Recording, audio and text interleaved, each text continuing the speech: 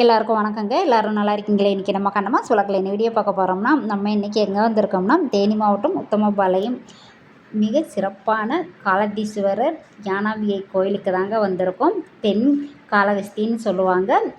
பரிகார ஸ்தலங்க. ராகு கேது பரிகார ஸ்தலம்.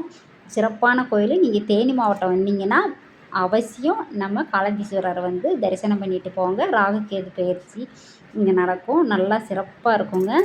இப்போ நம்ம எங்கே இருக்குன்னா கோயில் bus stand Uthamapalayam bus stand பக்கத்துலேயே தாங்க கோயில் இருக்குது. நம்ம கோயிலுக்கு வந்தாச்சு.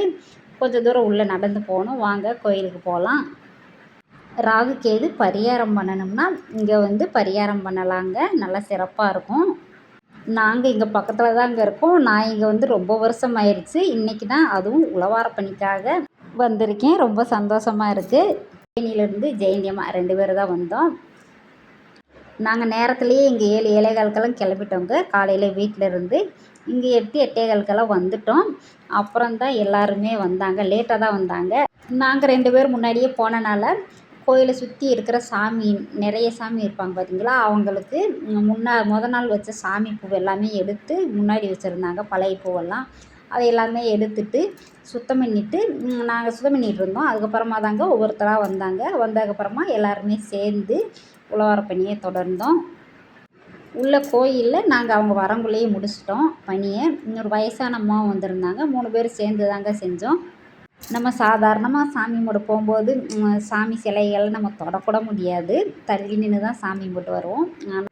நம்ம இந்த மாதிரி சேவை பணிக்காக போகும்போது தான் எல்லா சாமியும் தொட்டு நம்ம சேவை பண்ணி செய்ய முடியும். இந்த பாக்கியத்தை கொடுத்த கடவுளுக்கு எத்தனை ஜென்மம் எடுத்தாலும் பத்தாதுங்க.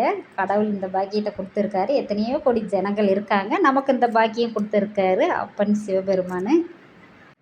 கோயில் வந்தாச்சுங்க. நம்ம இப்போ ஆற்றுல போய் காலை நினச்சிட்டு வரலாமேன்னு நானும் அம்மாவும் கிளம்பியாச்சு. இதுதான் கோயில். ஆடி 18க்கெல்லாம் பார்த்திங்கன்னா நல்லா சிறப்பாக இருக்கும். ஆற்றுல விளக்கெல்லாம் விடுவாங்க பார்த்தீங்களா, அதெல்லாம் நல்லா இருக்கும். நான் ஒரே ஒரு வருஷம்தாங்க வந்திருக்கேன் ஆடி 18க்கு.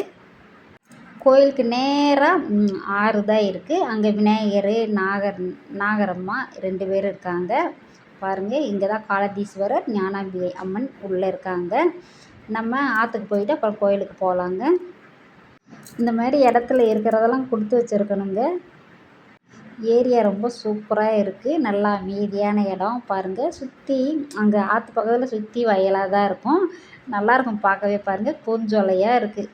உங்களுக்கே தெரியும் எப்படி இருக்குன்னு பாருங்கள்.